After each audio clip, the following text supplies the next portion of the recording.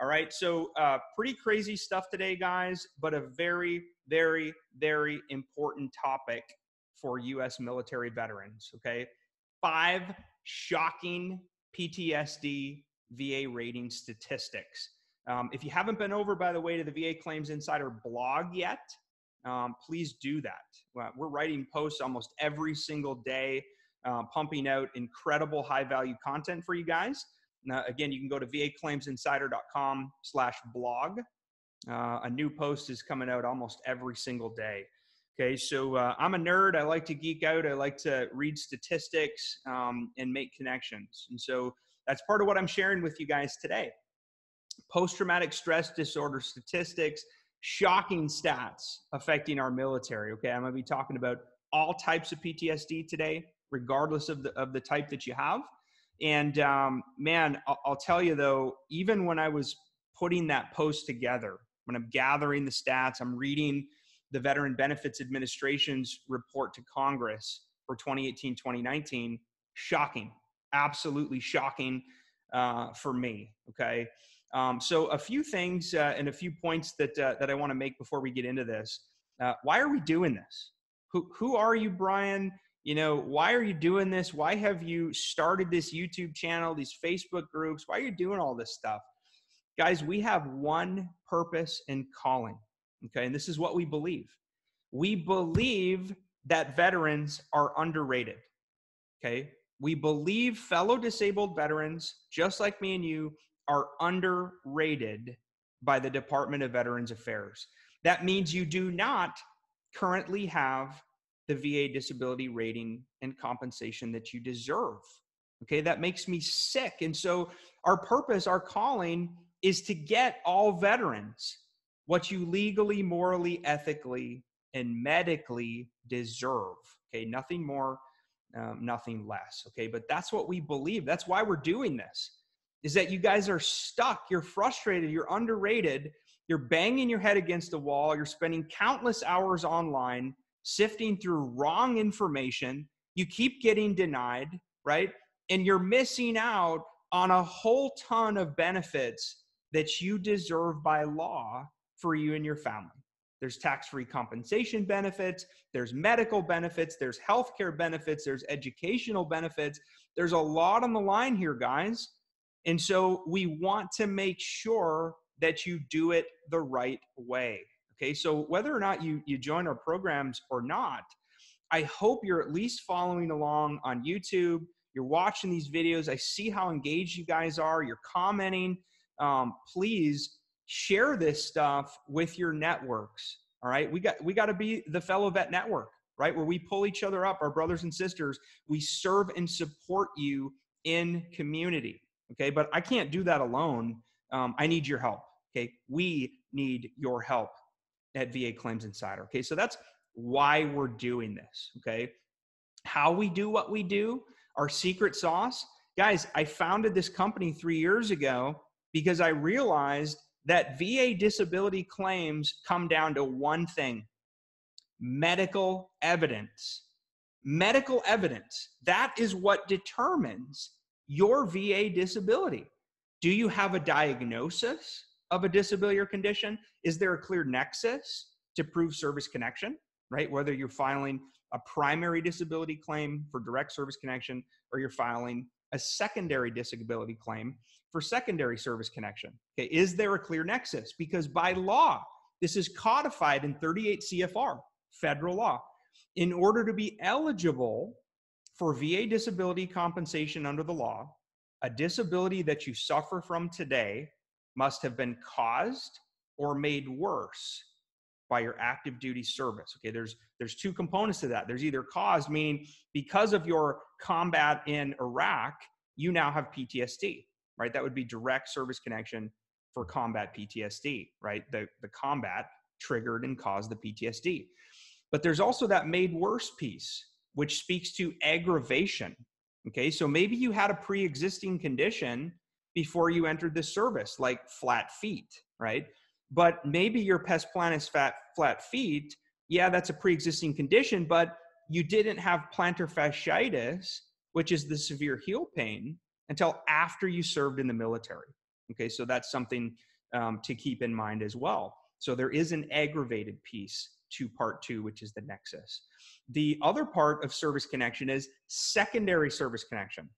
Okay, how was a current disability you suffer from today caused or made worse by another service-connected disability in your body, rated at 0% or higher? And you've heard me talk about this before, but a very common linkage is left side of body issues affecting right side of body issues, right side affecting left, right? Your neck affects your back affects your hips affect your knees affect your feet, right? All of this stuff is linked, guys. And so secondary service connection, we call it the overlooked claim, because a lot of vets don't even know you're eligible for it, but you're eligible just like any other claim, guys, under the law. Okay. And then the third piece you got to have persistent and reoccurring symptoms into the present day. Okay, at VA Claims Insider, guys, we call that severity of symptoms.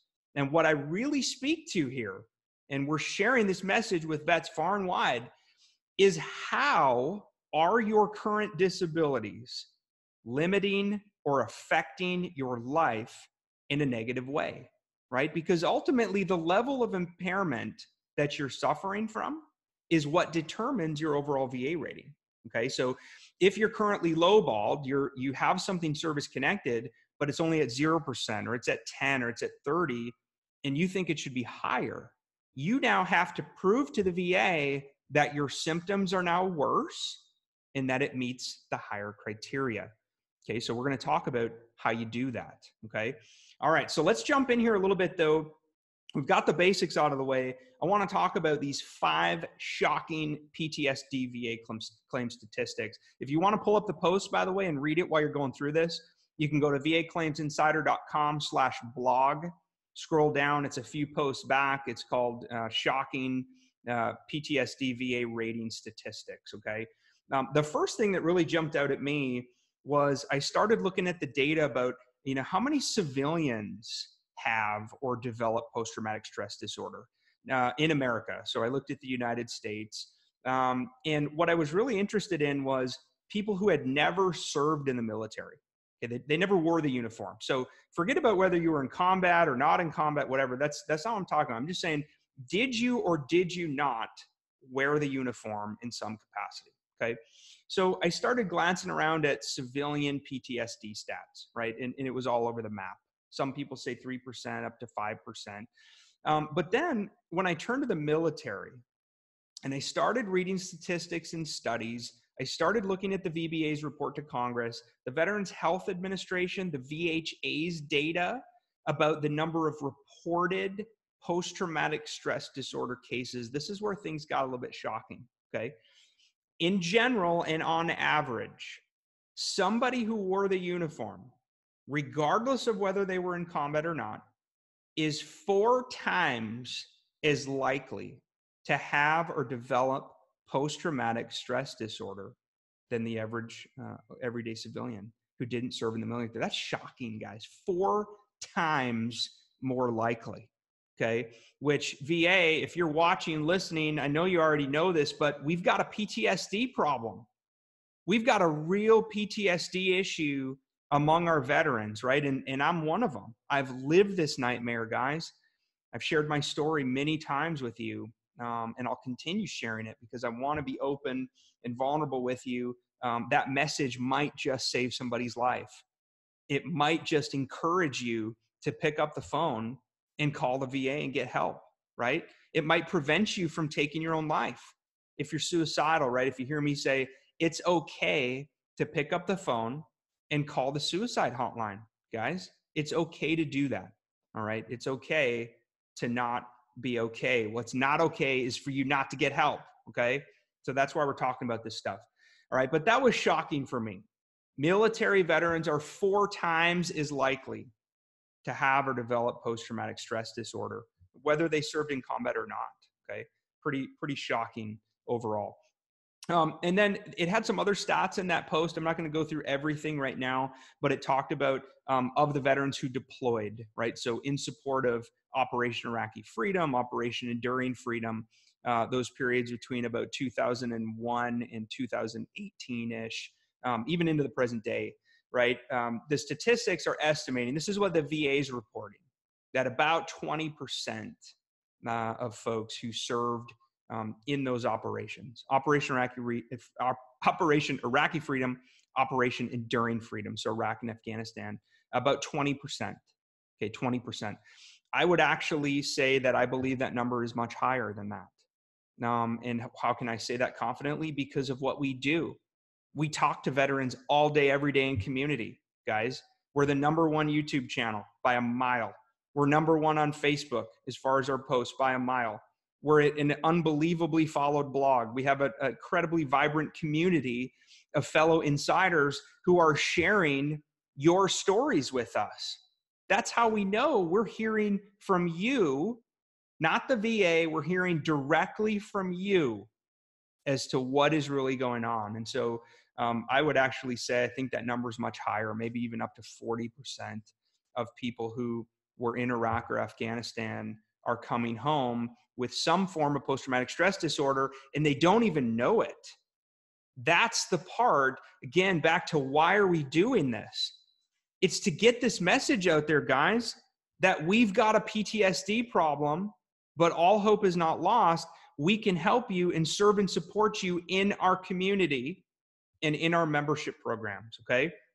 So if you're hearing my voice right now and you've served in any of these operations, Korea, Vietnam, Desert Storm, anything to do with the Gulf, right? Any combat operation, maybe it's a non-combat situation, a military sexual trauma situation like harassment, assault, maybe it's a car accident, a service member suicide, a bad storm, something to do with 9/11, right? There's lots of things, terrifying events that can trigger your post-traumatic stress disorder, guys. Please don't suffer alone, okay? We're here to help you. Again, you need some help, guys? We have a free 3-step intake for you to get started. You'll get connected with a US board certified psychologist for a psych eval. You can get a DBQ completed, whether it's PTSD, a review, or other mental health conditions. They'll document a diagnosis, your symptoms, and the Nexus, right? Which hint to exactly what you need to prove under the law to get the rating and compensation you deserve. Okay, guys? So that's what this is all about. Again, you need some help. $7,500 worth of VA claim resources we're giving you for free when you come into our membership program, guys. VA Claims Insider Elite. You can get started right now at VAClaimsinsiderelite.com. Okay, awesome. Just wanted to make sure I got that out there. So shocking stats. We've already covered military veterans are 4 times as likely to have post-traumatic stress disorder as the average civilian. We talked a little bit about some of the combat operation stats. I want to jump into some of the non-combat stuff that's also shocking, right? So a lot of vets, by the way, are confused, and even VSOs and attorneys, into thinking that post-traumatic stress disorder has to be combat related, right? Like, were you directly engaged in fire with the enemy? That couldn't be further from the truth, right? PTSD combat is just one type of PTSD, right?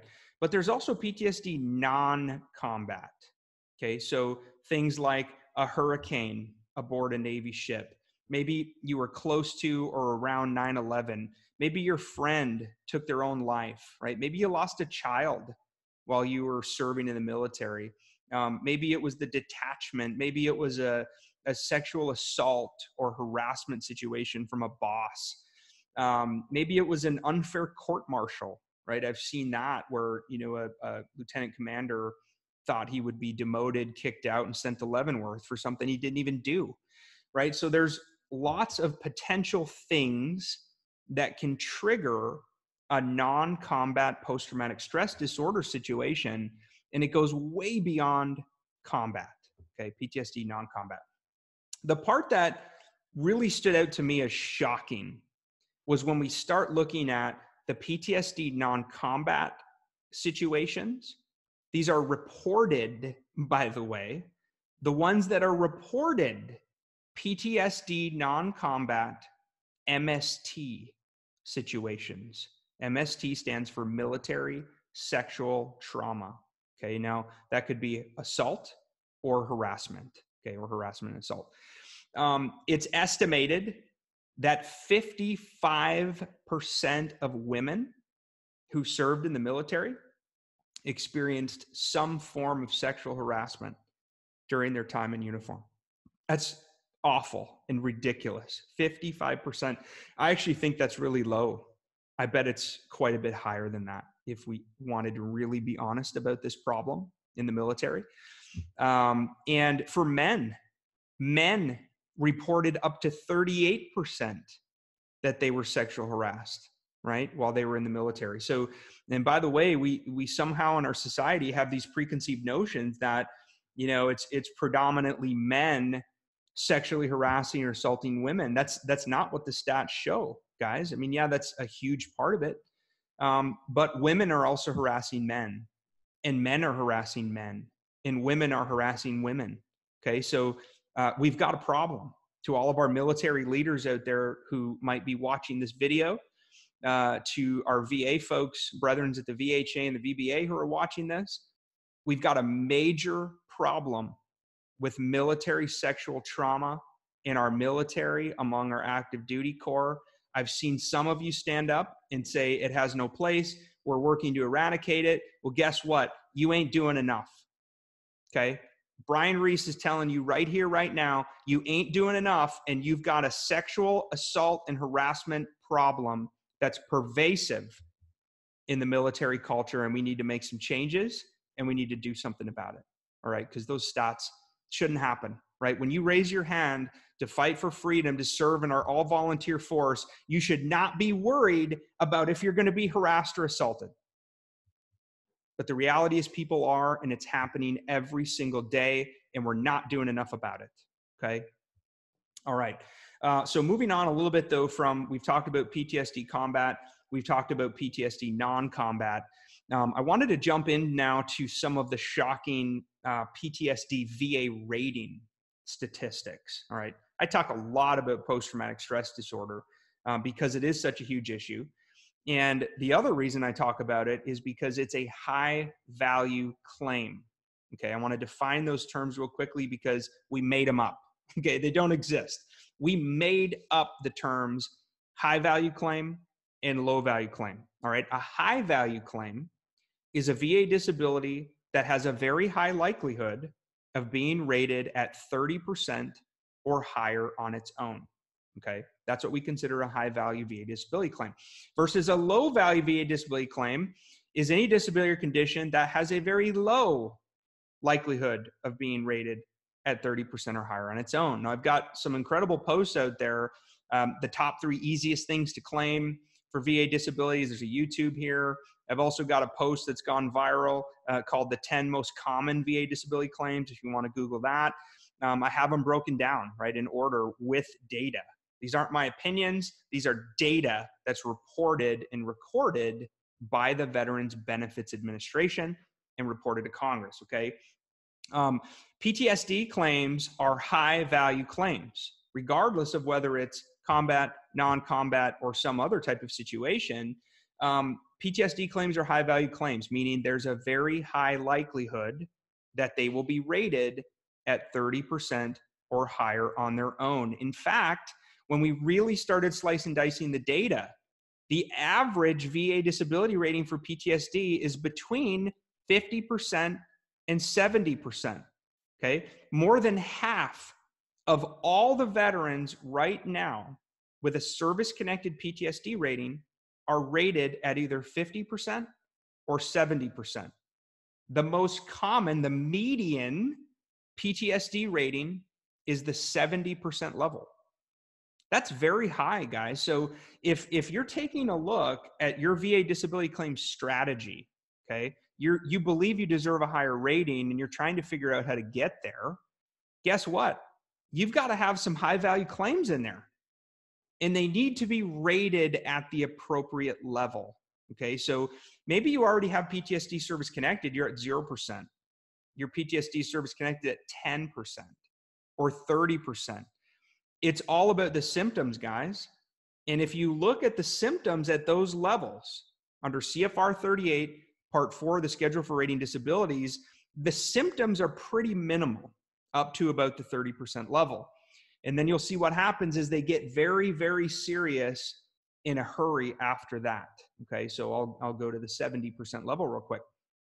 At the 70% PTSD VA rating, it talks about occupational and social impairment with deficiencies in most areas: work, life, social functioning, anger issues, near continuous panic attacks, suicidal ideation, obsessive rituals, okay, trouble forming and maintaining relationships, short and long-term memory problems. There's some pretty doggone serious symptoms that start hitting at the 70% level, okay, which again speaks to how severe is your current level of occupational and social impairment. Occupational meaning, how is your PTSD limiting or affecting you at work? Maybe your PTSD is so severe that you can't work anymore, or you were fired from a job. That's very serious, guys. That might even rise to the level of either unemployability or the 100% rating for PTSD. Okay, something to think about if your PTSD is really affecting your work. That's what occupational means. And then on the social side, occupation and social impairment. Social meaning, how is it affecting your relationships and your overall social functioning? So how are you getting along with your spouse, your children? Do you do activities anymore? Are you members of a club? Do you have lots of friends or not? Do you leave your home? All of those things. And because, again, this is very subjective in nature. And the reason it's subjective, guys, is because it should be.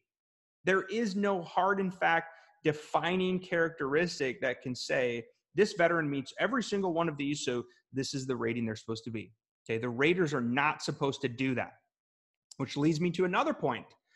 How then does the VA rater decide your rating, right? You might be looking at CFR 38, Part 4, the Schedule for Rating Disabilities under mental health conditions, and you're going, Brian, I have a whole bunch of these symptoms at the 70% level, but I only got 50, right? Or I've got a whole bunch at the 50 and I only got 30. What the raters are supposed to do, okay, it's supposed to is a very loosely used term because a lot of times they don't do it. They have the latitude to go up or down multiple levels, usually one level. What we've seen mostly is they'll do what's called preponderance of the symptoms, okay? So if you're looking at the 50% rating for mental health, and then you're looking at the 70% rating for mental health, the rater is supposed to place you into the level where you have the predominance of the symptoms.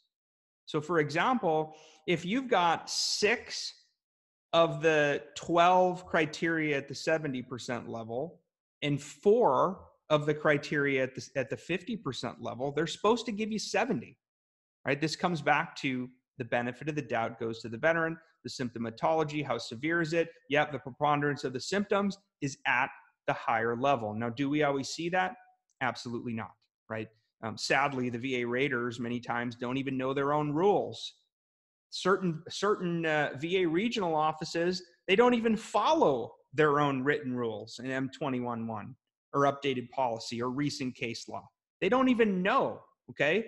So part of our strategy in helping veterans get the VA disability rating and compensation they deserve in less time is arming you not just with information, but with the exact medical evidence you need in the form of disability benefit questionnaire reviews, DBQs, and medical nexus letters. Okay, a medical nexus letter, guys, is a credible, competent document prepared by a healthcare professional.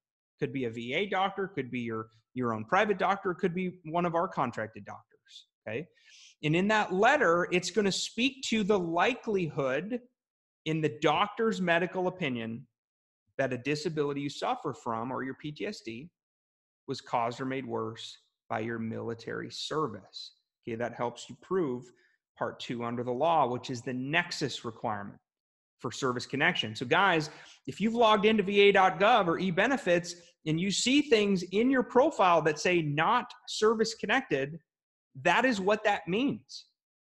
That's what that means. You might have a diagnosis for PTSD. Maybe you have pre-existing bipolar or pre-existing schizophrenia or pre-existing personality disorder. You've also got PTSD and major depressive disorder. You file your claim, the VA denies it, it says not service connected. You're baffled, you're banging your head against the wall. It's because they couldn't prove the nexus on an at least as likely as not basis. A lot of times what we see with pre-existing mental health concerns and issues is the VA rater goes, nah, I'm not sure if it's due to their service because they had this pre-existing condition. Well, if you don't have medical evidence to help back up that, no, it's not from pre-existing, or if it is pre-existing, it was aggravated by service, or if your personal statement doesn't tie in properly, guys, guess what's going to happen? They're going to deny the claim and say not service connected. But again, there's a way out. The way out is regardless of how many times you've been denied, you get up, you keep slugging, you keep fighting, you get a medical nexus letter. Okay, I don't care where you get it from. You can get it from your own private doctor. Good luck getting one from a VA doctor, but you can ask them. Or you can work with us inside of VA Claims Insider Elite. We make it extremely painless. We're getting claims, guys. We're having veterans come back with life-changing wins. Finally, after 10, 20, 30, 45 years of being underrated, we're seeing vets finally get what they deserve by law, and it's life-changing. Tax-free compensation for life, full medical benefits for life, passed to a surviving spouse if there's any issues, tax-free home benefits, educational benefits. Unbelievable, guys. We're changing lives on a daily basis, and I'm so proud to lead the VA Claims Insider movement, okay? But I want you to go, Brian, you know what, man? I am stuck, frustrated, and underrated. I am in all these stupid Facebook groups getting wrong information. I have tried working with 3 other people, companies, attorneys, VSOs, and they keep getting hung out to dry. I keep getting denied. I'm stuck in appeal. I'm not going anywhere. Guys, the reason is because you don't have enough medical evidence. That's it. That is what VA disability claims come down to. Medical nexus opinions, DBQs, medical reports to substantiate that what you're claiming is true and service connected with symptoms on an at least as likely as not basis. That's all you have to prove, guys, which it's a pretty low hurdle. But I want to talk real quick about, I've had some people question before, like, well, what do you mean? You just, hack up all this random medical evidence? Absolutely not, right? The doctors are going to look at existing medical evidence of record. They're going to interview you. You're going to see you. They're going to touch you. Some stuff requires in-person exams. Some don't, okay? But the issue, guys, we see this in our culture of the military. Okay, raise your hand if this was you. Every single time you had a tiny little issue with your feet, your hands, your head, your neck, you fell out of formation, you quit going to PT, you got on a profile, and you quit doing your job. Raise your hand if that was you. Absolutely not, right? We are trained in the military to carry on, to fight on, regardless of how severe our issues are. We don't go to the doctor. We don't get help. We're not honest about our mental health conditions. Well, then guess what happens when we leave the service? It's the ultimate catch-22. You leave the military. There's no documentation in your service treatment records because you never went, right? You were too tough, right? You never went. And you go to file your VA disability compensation claim, and the whole thing comes back denied or underrated. And I can literally, guys, read the denial letter, copy and paste it from the VA rater. No evidence of any in-service disease or condition related to mental health. no diagnosis of PTSD, no subjective complaints of symptoms, right? So they deny service connection. They're just following a process at the VA. They're following a process. They're bound by this. They're looking in your records. They don't see anything. And if you haven't armed them with information to help them make the yes decision, guess what the easy thing to do is? Deny the claim, toss it over the fence, and move on to the next one, right? VA raters, VSRs, veteran service reps, RVSRs, rating veteran service reps. They're very busy people, guys. Help them, help you, help them get to yes with medical evidence, okay? Again, you want some help? $7,500 worth of VA claim resources. Quick hit videos, tutorials, trainings, digital downloads, buddy letter generator tool that we created, access to the VA Claims Insider Mastermind group on Facebook. You're going to come into our community and become one of these, an insider, guys. You can become an insider and get some identity back, get the exact medical evidence you need, and win your claim in less time. That's it. That's the decision that you have, okay? $7,500 with the VA claim resources. You can complete our free 3-step intake right now, guys. Go to VAClaimsInsiderElite.com, okay? I'm going to see here if I can jump on and maybe catch a few questions here. I know I've got some team members on, by the way. Thank you guys for helping answer some questions here as we go along. Man, this is awesome. I got Combat Craig on here helping out as well. Thank you, brother. And I'm going to scroll through a few questions here. Holy crap, we've got 160 people are on live right now, which is just crazy. But I'm going to go through this on my phone. So I'm on my laptop looking at you in the camera, but I can see you guys in my phone. See? So I'm going to go through some of these questions here if I can. Okay. I was going to try a legal solution with a law firm that specializes in military claims. They can get all my records from the hospitals. As for PTSD, got forced to quit. Okay. By the way, I'm not a law firm hater. Okay. We need our accredited attorneys. We do.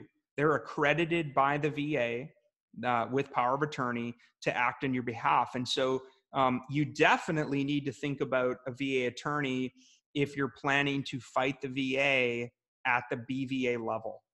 Okay, the Board of Veterans Appeals. I mean, if you're gonna enter oral arguments, I think you should consider representation. Okay, I really do. So, but that's up to you. Okay, if that's what you want to do. Typically, the issue we see with PTSD VA claim denials is you either don't have a diagnosis, okay, at all, anywhere, even if it's from a private doctor. You don't have a private PTSD diagnosis. You don't have a diagnosis at the VA, okay? And so, you don't even get past part 1 of the 3-part test. The rater looks at it and goes, this guy just put in a PTSD combat claim. He doesn't even have it diagnosed. He's not documented, right? So get your butt to the doctor, get help, go see a psychologist or psychiatrist, whether it's at the VA or through private insurance, and get a diagnosis. Okay, so that's a common thing that we see. The other thing we see is no clear nexus, right? So especially for non-combat PTSD claims, things that are not well documented, like a military sexual trauma situation, right? I mean, most of this stuff never gets reported and never gets documented. So whose word are they going to take? Well, the VA has a duty to assist. They're a little bit more sensitive in MST type situations. And so the best thing you can do, I think, is get a buddy letter. So somebody 18 years of age or older, a spouse, a clergyman, pastor, a boss at work, preferably somebody you served with, right? Who can shed some light on as a witness. Maybe they didn't directly see the assault, but they were the first one you called, right? They were there the next morning, right? Or maybe they took you to the hospital, right? And maybe they're the only ones you've ever told about it. That's enough.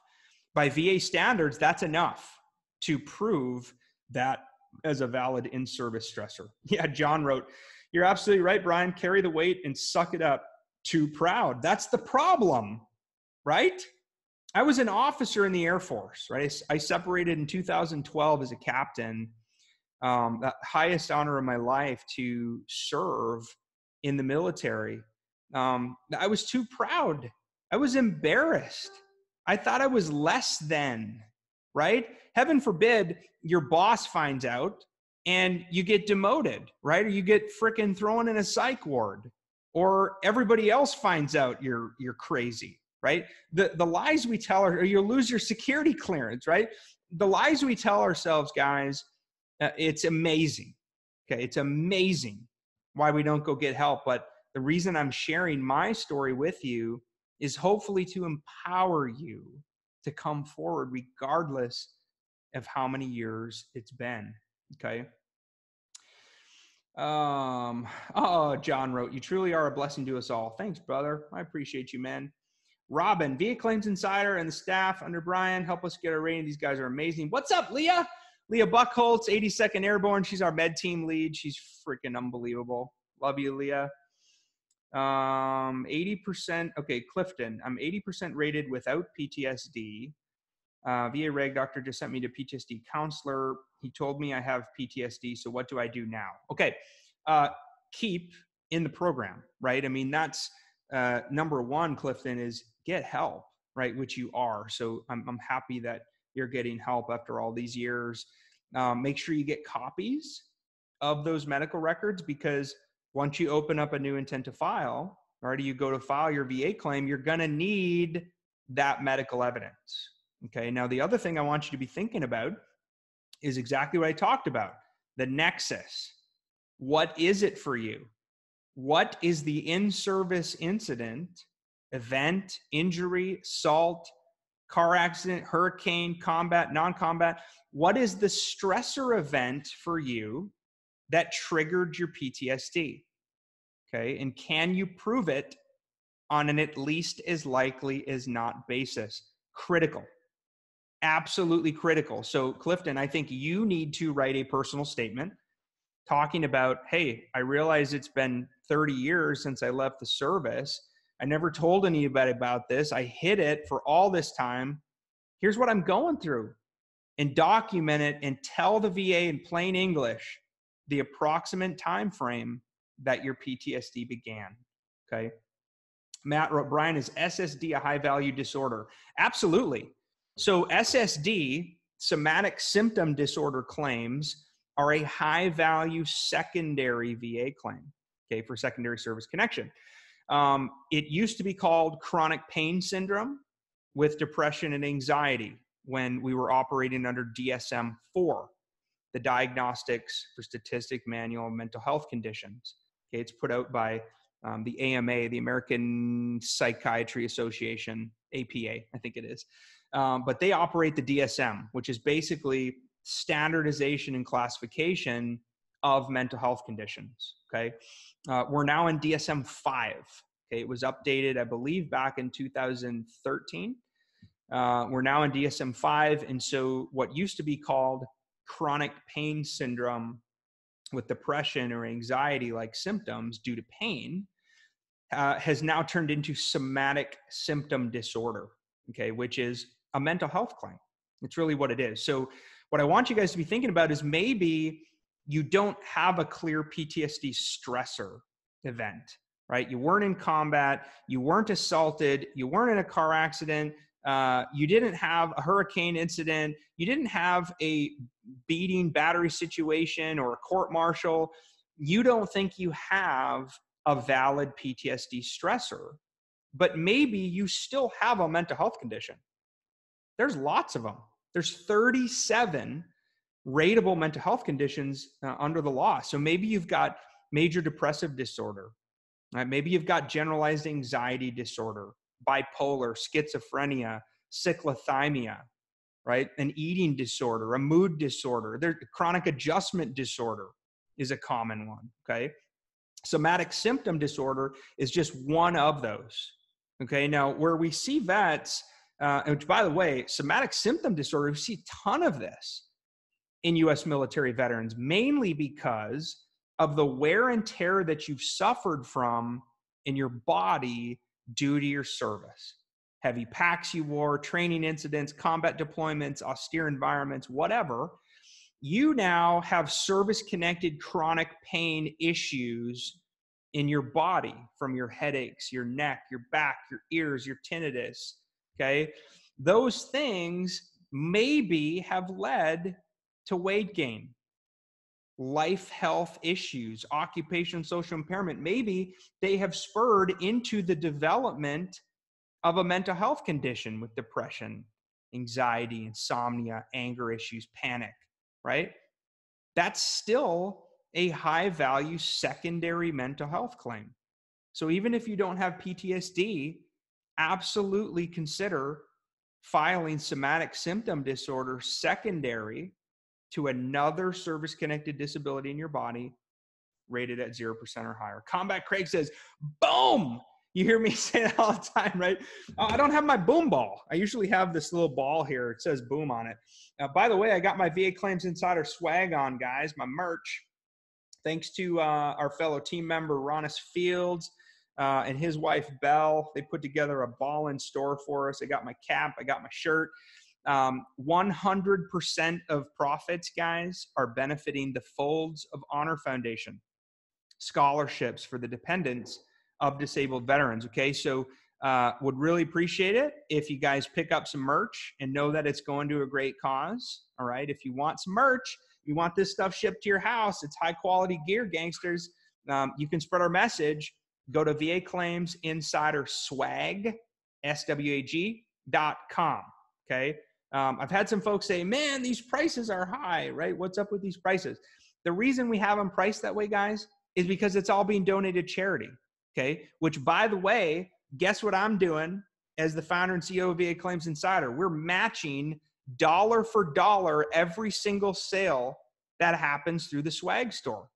So if y'all spend $5,000 on merch, I'm matching $5,000 on top, okay, which means $10,000 is going to go to the Folds of Honor Foundation, okay? So rad, freaking love Folds of Honor. They've helped my son. My son Dylan goes to a private school here in Austin. They've helped cover some of the cost of his tuition and some of his tutoring issues on the side. Guys, folks in our community, they're having their college bills paid for above and beyond the GI Bill. It's amazing. Absolutely love Folds of Honor, the mission, the vision, and what they're doing for the dependents of disabled vets. Okay, so all the proceeds are going there. Again, you want some swag? We got shirts for men and women. We got hats. We got challenge coins coming. We've got mugs coming. But go check it out, guys. VA Claims Insider Swag.com. Okay. All right. I'm going to look through a few more comments. We still have 156 of you on, by the way, which is so awesome. Let's see. I'm scheduled for my second C&P exam in less than a month. I'm claiming PTSD. What does this mean? So, man, here's what I'll tell you. Sometimes multiple compensation and pension exams. Let's talk about that real quick. What is a C&P exam? So after you filed your VA disability compensation claim, there's a very high likelihood that eventually, usually pretty fast nowadays, you're going to get a packet in the mail and a phone call from a contracted company, okay, like LHI, QTC, VES. There's a handful of them out there who have large contracts with the VA. And what they do is they source private doctors in the local networks to conduct what are called compensation and pension exams. Okay, why do they do these? Tons of reasons. And it's not always bad, right? Sometimes vets, I think we tend to look at this and go, what do you mean? Like, you don't believe me, so now somebody else has to check it? Well, okay, that's part of it. But the other aspect of it is maybe your condition's worse than you say or think it is. Okay, so there's a compensation and pension exam ordered where in most cases, if it's not done at the VA, it'll be conducted by a private medical professional. Okay. Sometimes what we see, and to answer your question, is multiple exams are booked. So maybe you went to a compensation pension exam for PTSD, right? Which I get it. They suck. You never know who you're going to get for an examiner. Some of these examiners are just absolutely ridiculous, screwing over our veterans. It's a shame. And I'm calling it out. I'll continue to call it out. It makes me so angry that this is allowed to continue, guys, but we have to fight back if you get an illegal, immoral, or unethical C&P examiner, okay? But sometimes what can happen is maybe the examiner made a mistake.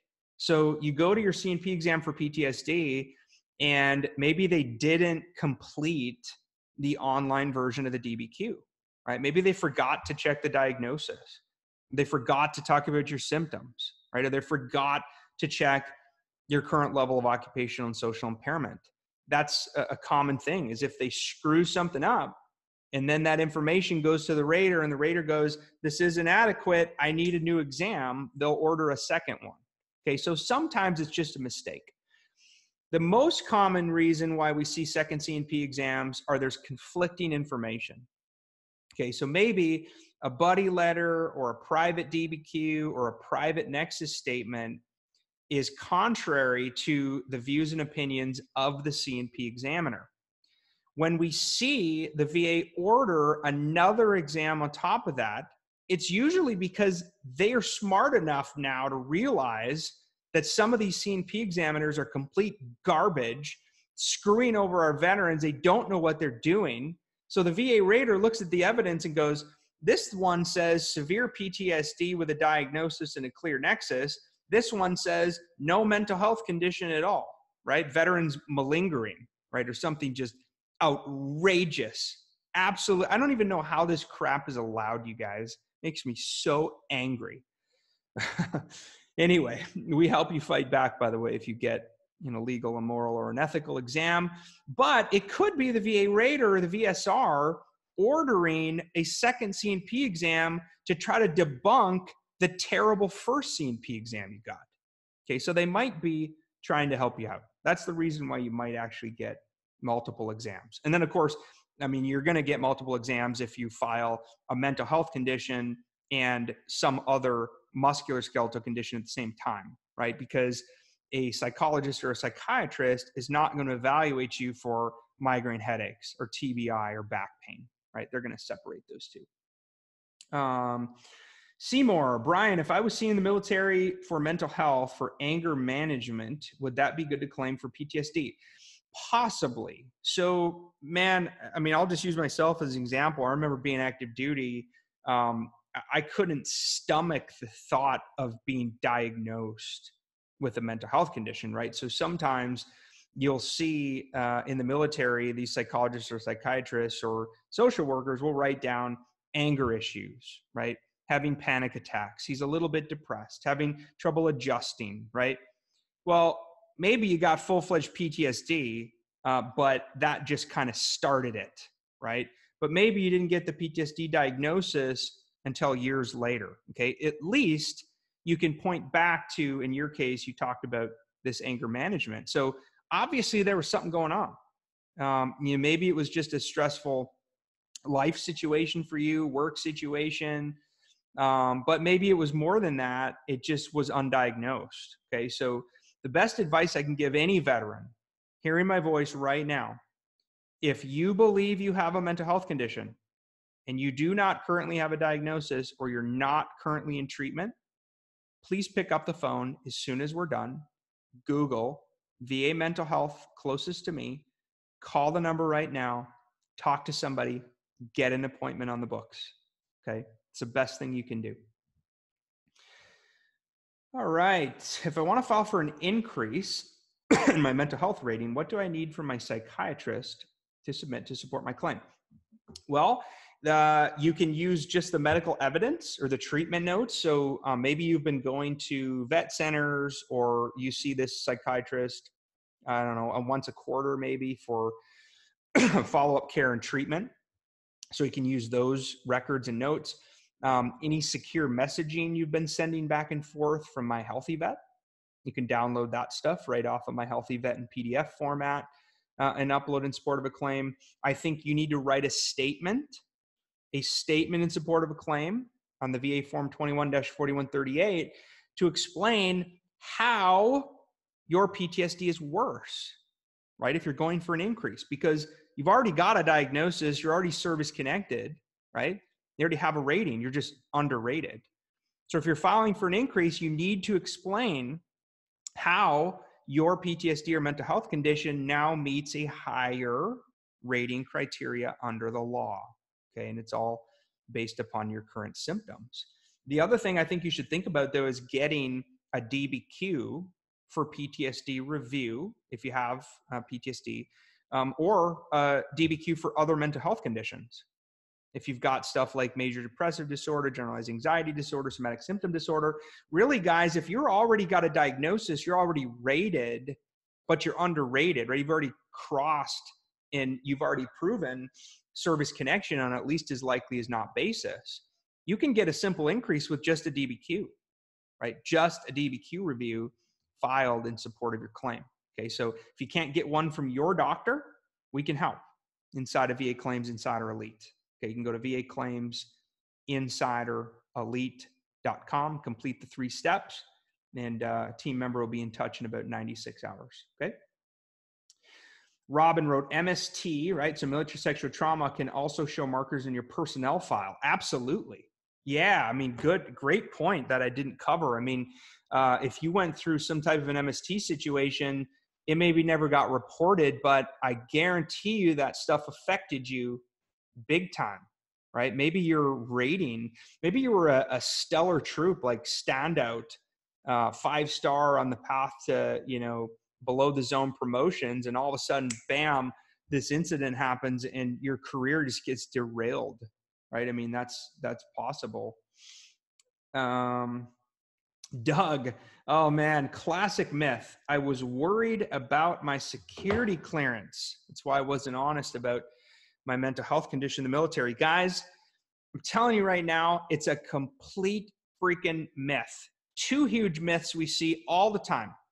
I don't want to talk about my PTSD or mental health condition because I have a security clearance. Okay, that's number 1.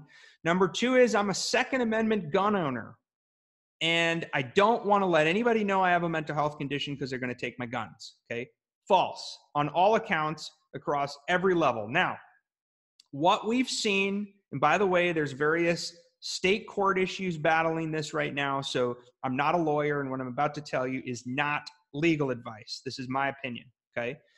In my opinion, the only time anybody's going to come take your guns is if you are threatening violence. If you are threatening other people because of your guns, all right, now we've got a problem. Now you're a threat to society. They might come.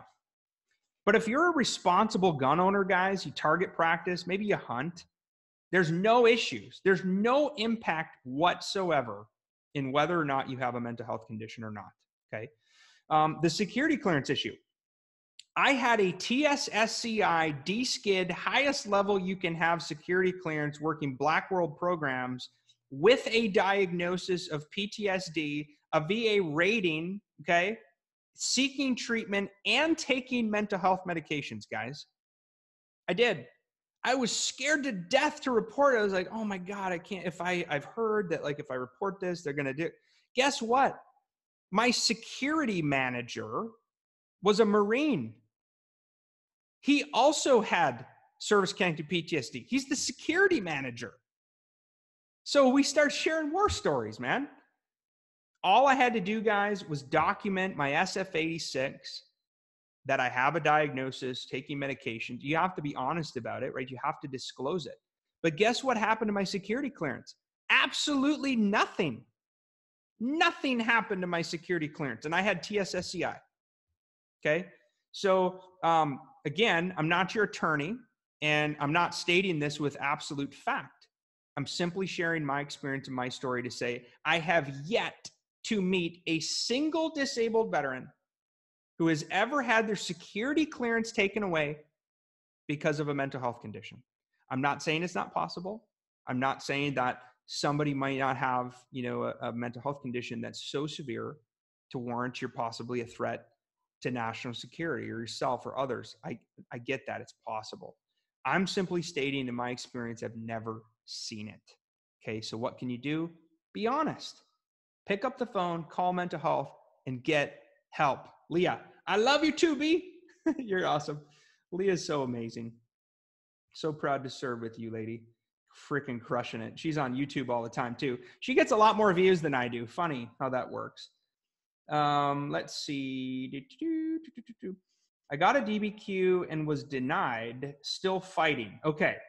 So here's what can happen, guys.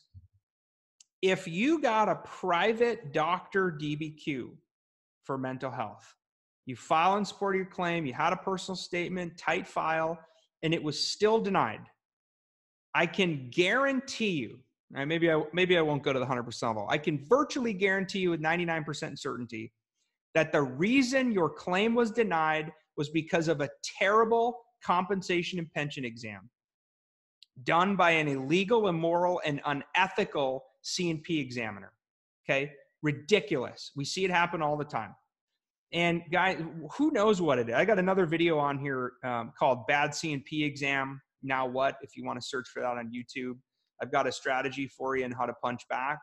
I think you should fight it because it's crap. You got screwed by a single C&P examiner who may not have known what they're doing. They may not have even conducted an adequate exam. Maybe they weren't credentialed. They didn't show up on time. They didn't document it correctly. They've got some personal, issue or vendetta against veterans. They don't like the disability system, whatever. We see all kinds of crap, okay? But the bottom line, brother, is you got to fight.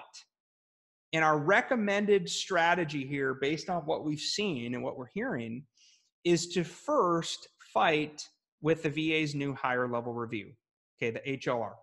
Unbelievable results that we're seeing in HLR. I mean, we're seeing vets get called on the phone by a decision review officer, a DRO, sometimes within 7 days of filing that HLR, right? You file your own higher level review. You can represent yourself. You can get an attorney. I don't think you really need one for that because it's just a phone conversation, right? You're going to talk to the DRO on the phone, and you need to be prepared to tell him or her why this C&P examiner is wrong, screwed you over, and what should happen is the DRO will either overturn it on the spot or they'll order a second C&P exam, okay?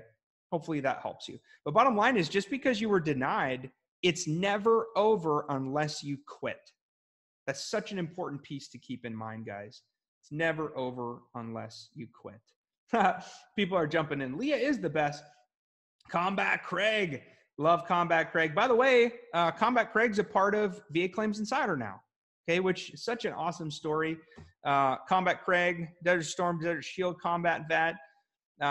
He came to us at 60%, right? Was frustrated, and we helped him get to 100, right? And so now he wanted to give back and serve, and so he launched his own YouTube channel, and we joined forces a couple months ago, and he's now part of VA Claims Insider. So if you see Combat Craig on the VACI YouTube channel, the Brian Reese channel, you also see him across Combat Craig live in the mastermind.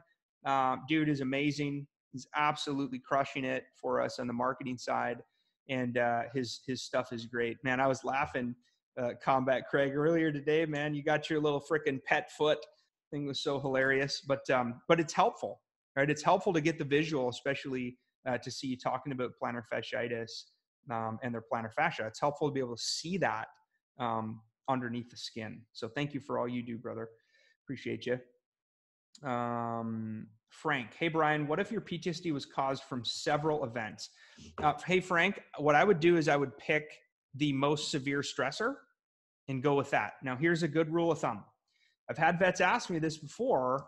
How do I know if my PTSD stressor is good enough? Here's the rule of thumb I like to use. Okay, not hard and fast, but here's what I recommend. Ask yourself this question. Did you or did you not fear for your life? I'm going to say that one more time. If you're wondering if your PTSD stressor is good enough to potentially prove service connection of your mental health condition, whether it was PTSD or something else, did you or did you not fear for your life?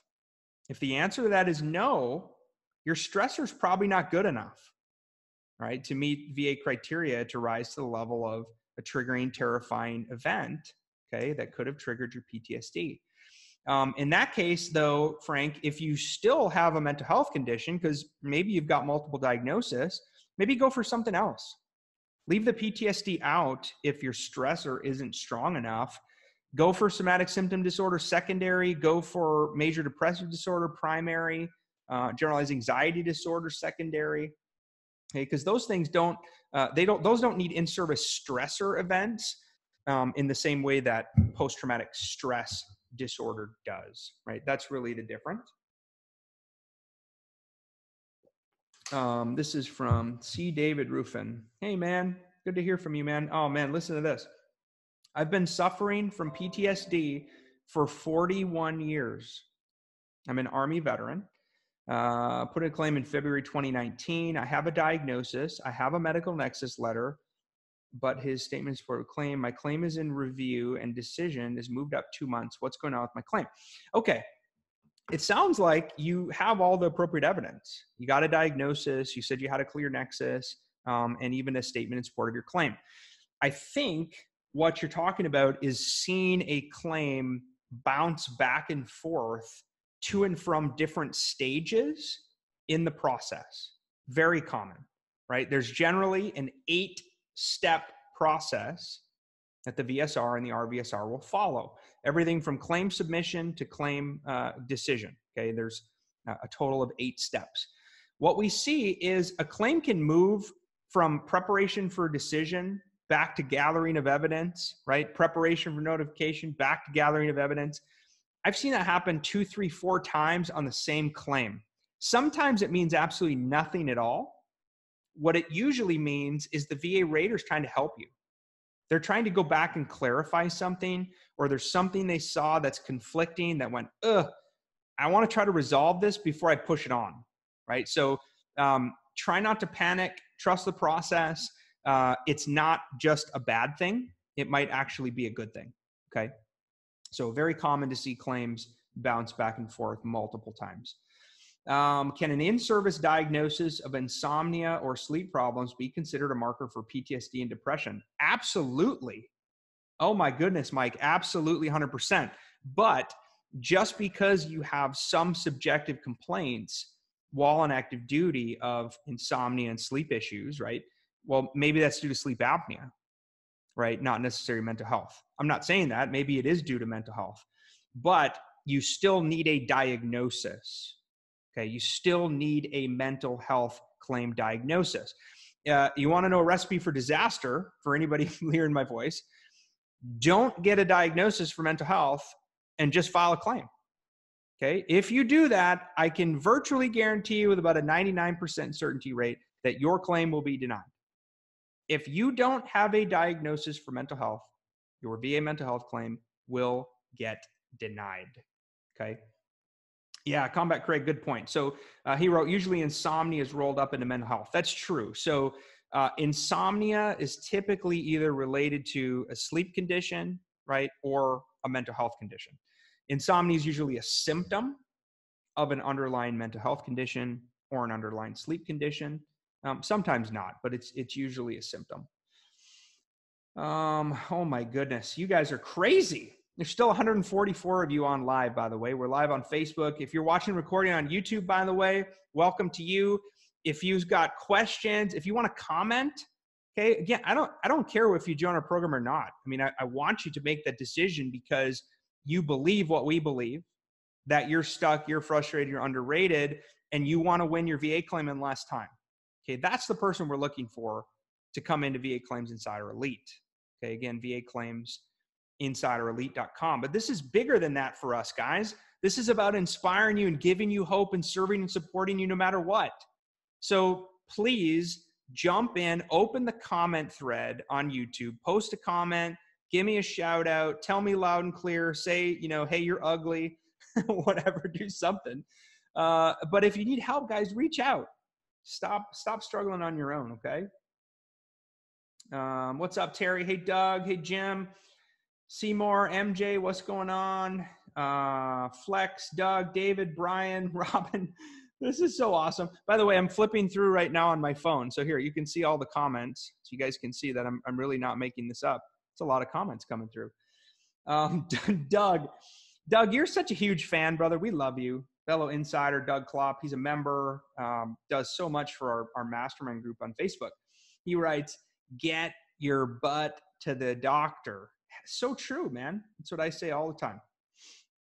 Antonio, amen, Brian. Thank you for the great work VA Claims Insider does for veterans. Oh, man, you're very welcome.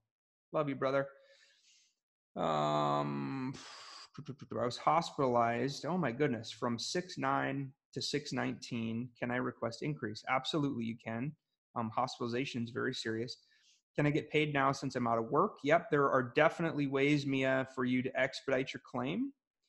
I worked at a prison for 23, I'm assuming years. Something clicked, freaked out, no work. I was diagnosed with acid reflux. Could it have been sleep apnea because I've now been diagnosed with sleep apnea? Absolutely possible. Okay, sleep apnea VA claims are tough, guys, because you really need to be arming yourself with the appropriate information. The most common way a sleep apnea claim gets denied in our experience was if you do not have a diagnosis, you didn't go through a sleep study while on active duty, or you don't have a Nexus letter to support service connection, right? Because what does the research tell us about sleep apnea, right? Which is a very severe sleep disorder. What the research tells us is that sleep apnea is most commonly linked and correlated with weight gain and obesity, okay? I don't know about you guys, but I ain't 170 pounds anymore, okay? So if you didn't have a sleep study on active duty, you weren't diagnosed with sleep apnea on active duty, it's now years later, you've gained 30, 40, 50 pounds, right? If you file your sleep apnea claim as a primary condition, I can virtually guarantee it will be denied. Not service connected. C&P examiner is going to write some BS, and they're going to document the BMI is above 25, high likelihood sleep apnea is due to weight gain, okay? Well, guys, there's another thing at play here. The most common thing we see is weight gain due to medication side effects that you're taking. Sometimes weight gain is not just a veteran's own fault.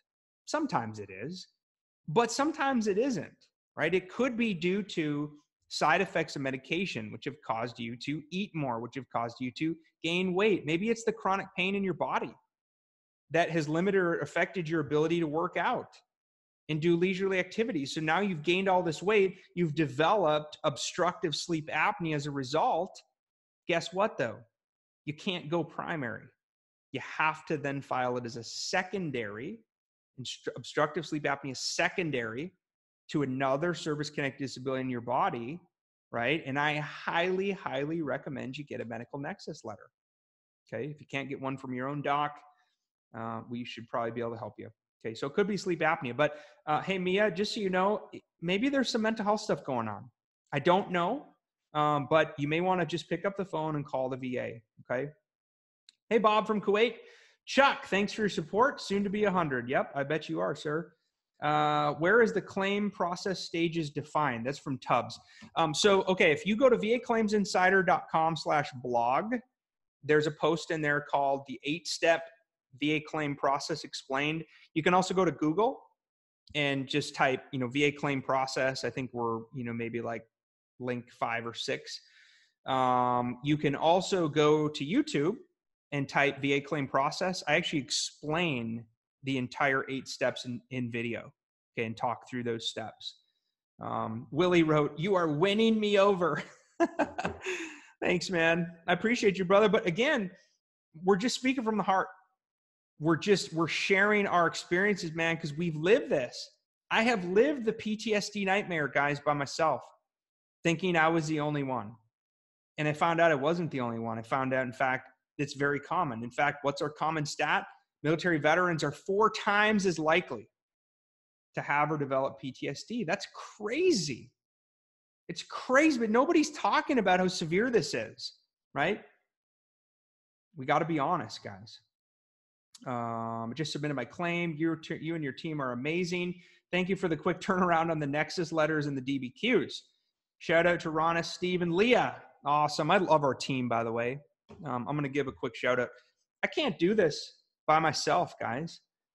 We started over 3 years ago now, and yeah, it was just me doing YouTube videos and Facebook Lives and stuff like that. But our movement is empowered. We are being built. We drive on. We crush things. We move fast and break stuff every single day as entrepreneurs because of our team. I can't do that alone, right? I get to do a lot of these videos and trainings, and I'm still involved in leading and setting strategy, right?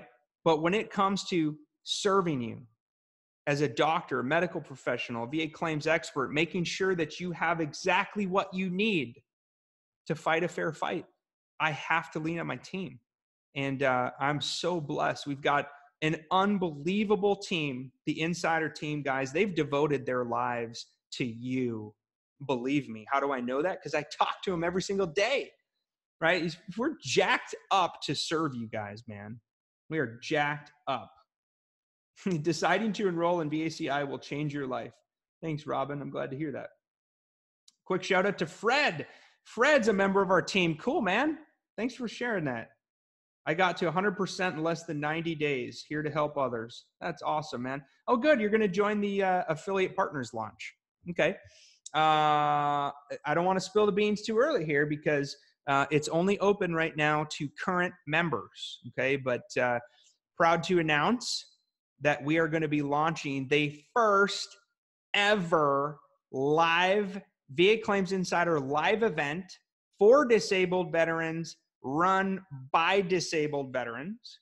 Okay, this is not a pitch fest where a bunch of companies and sponsors and crap are going to hawk their goods. This is us, live, San Antonio, Texas. Okay, the JW Marriott San Antonio Hill Country Hotel, amazing place. May 15th through the 17th, 2020. We're going to be live, guys. All right, I'll be leading the whole event, but our whole Insider team's going to be there. Our doctors are going to be there for in-person evaluations. We're going to hang out, serve each other in community. You're going to get to give me a big old bear hug, right, whether you want to or not. Okay, but you got to be there, man. You got to be there. Now, I'm not releasing full details on this yet. You're just going to have to wait and be patient because we're launching to our affiliate partners here in about a week. Okay, but mark your calendars. VA Claims Insider Live 2020, the world's only event to help you get a higher VA disability rating in less time, live in person in community. Our doctors are going to be there. Our team's going to be there, right? And this is not just another worthless training event. This is us sharing our best stuff with you live and in community. Okay, by the way, turn this thing into a family vacation. Bring your spouse, bring your kiddos. There's a lazy river, amazing golf course. It's an incredible resort, guys. I've stayed there a couple times. If you want, you can Google JW Marriott, San Antonio, Texas, Hill Country. Epic. Okay, May 15th through the 17th, 2020. Mark your calendars.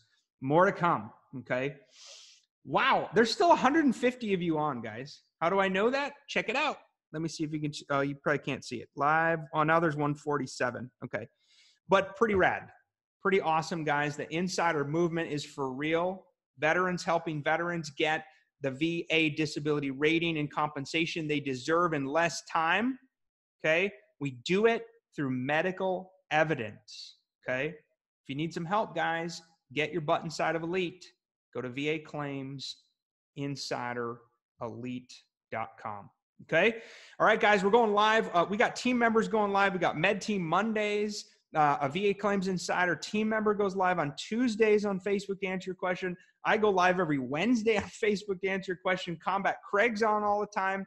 We are coming at you live from all over the globe, guys, and we're going to keep doing it. All right. We're here for you, and vets need each other. Okay. We'll talk to y'all soon. Bye.